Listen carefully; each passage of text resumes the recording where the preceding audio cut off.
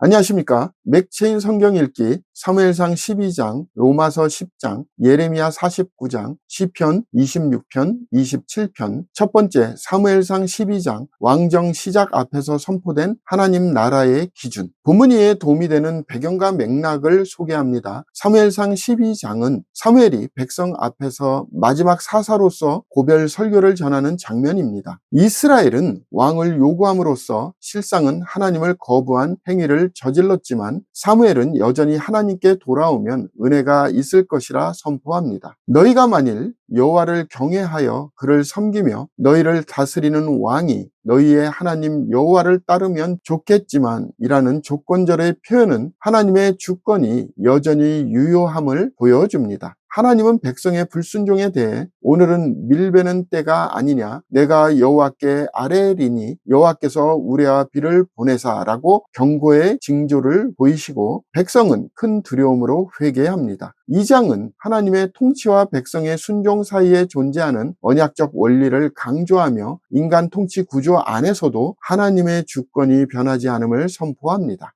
본문의 중요 구절을 소개합니다. 사무엘상 12장 24절. 너희는 여호와께서 너희를 위하여 행하신 그 큰 일을 생각하여 오직 그를 경외하며 너희의 마음을 다하여 진실히 섬기라. 본문을 적용하는 데 도움이 되는 가이드라인입니다. 오늘날 우리는 인간 제도나 정치적 시스템을 의지하기보다 하나님의 통치 안에서의 살아가는 삶의 질서를 다시 회복해야 합니다. 지도자보다 더 중요한 것은 하나님을 경외하고 진실하게 따르는 신앙의 중심입니다. 하나님의 은혜는 불순종 속에서도 회개하는 자에게 새 길을 열어줍니다. 하나님을 잊지 않고 기억하며 사는 것이 공동체의 번영을 지키는 길입니다.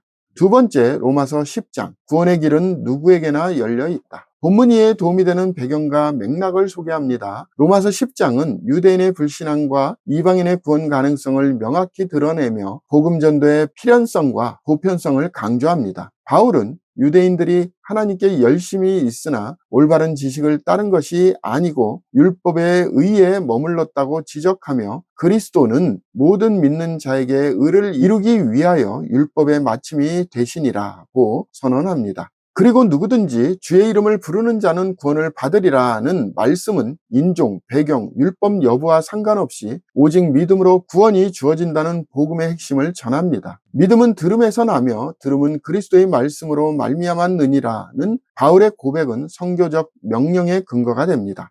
본문의 중요 구절을 소개합니다. 로마서 10장 9절. 내가 만일 내 입으로 예수를 주로 시인하며 또 하나님께서 그를 죽은 자 가운데서 살리신 것을 내 마음에 믿으면 구원을 받으리라.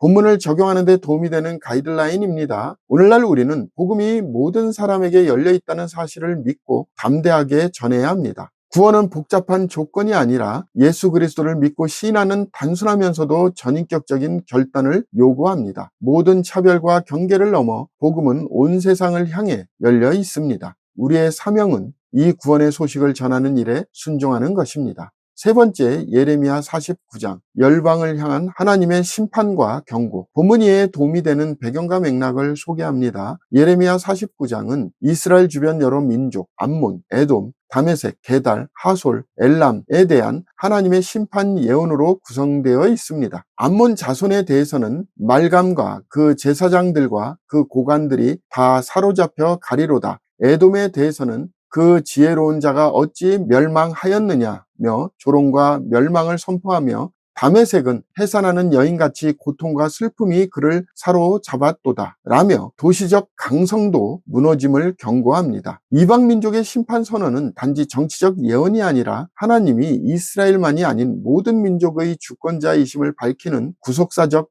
메시지입니다. 한편 엘람에 대해서는 말일에 이르러 내가 엘람의 포로를 돌아가게 하리라는 회복의 약속이 주어져 하나님의 정의와 자비가 함께 작동함을 보여줍니다. 본문의 중요 구절을 소개합니다. 예레미야 49장 38절 39절. 내가 나의 보좌를 엘람에 주고 왕과 고관들을 그곳에서 멸하리라. 여호와의 말씀이니라. 그러나 말일에 이르러 내가 엘람의 포로를 돌아가게 하리라. 여호와의 말씀이니라.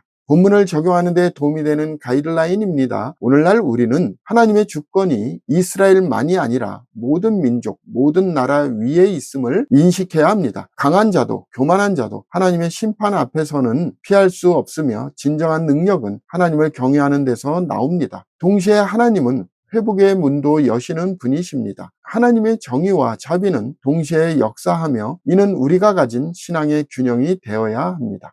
오늘의 마지막 본문 시편 26편 27편 하나님의 임재를 사모하는 믿음의 사람. 본문 이에 도움이 되는 배경과 맥락을 소개합니다. 시편 26편은 다윗이 자신의 결백함을 하나님 앞에 호소하는 기도입니다. 내가 나의 완전함에 행하여 싸우며 라고 고백하며 하나님께 나를 살피시고 시험하사 라고 요청합니다. 그는 악인의 모임을 피하고 여호와의 집을 사랑한다고 말합니다. 이어지는 시편 27편은 고난과 대적 속에서 하나님만을 바라는 믿음을 보여줍니다. 여호와는 나의 빛이요 나의 구원이시니 한 가지 일 그것을 구하리니 여호와의 집에 살면서 여호와의 아름다움을 바라보며 그의 성전에서 사모하는 그것이라는 고백은 신앙인의 궁극적 소망이 하나님의 임재임을 드러냅니다. 두 시편은 고난과 유혹 속에서도 하나님께 가까이 나아가려는 믿음의 태도를 강조합니다. 본문의 중요 구절을 소개합니다. 시편 27편 3절 4절 군대가 나를 대적하여 진칠지라도 내 마음이 두렵지 아니하며 전쟁이 일어나 나를 치려 할지라도 나는 여전히 태연하리로다. 내가 여호와께 바라는 한 가지 일 그것을 구하리니 곧 내가 내 평생에 여호와의 집에 살면서 여호와의 아름다움을 바라보며 그의 성전에서 사모하는 그것이라. 본문을 적용하는 데 도움이 되는 가이드라인입니다. 오늘날 우리는 복잡한 삶 속에서 여호와 한 분만을 사모하는 단순한 믿음으로 돌아가야 합니다. 진정한 평안은 문제 해결이 아닌 하나님의 임재 안에 거하는 데서 옵니다. 고난 중에서도 하나님의 얼굴을 찾는 태도는 신자의 정체성을 드러냅니다. 우리는 하나님의 집을 그리워하며 살아야 할 사람들입니다. 감사합니다.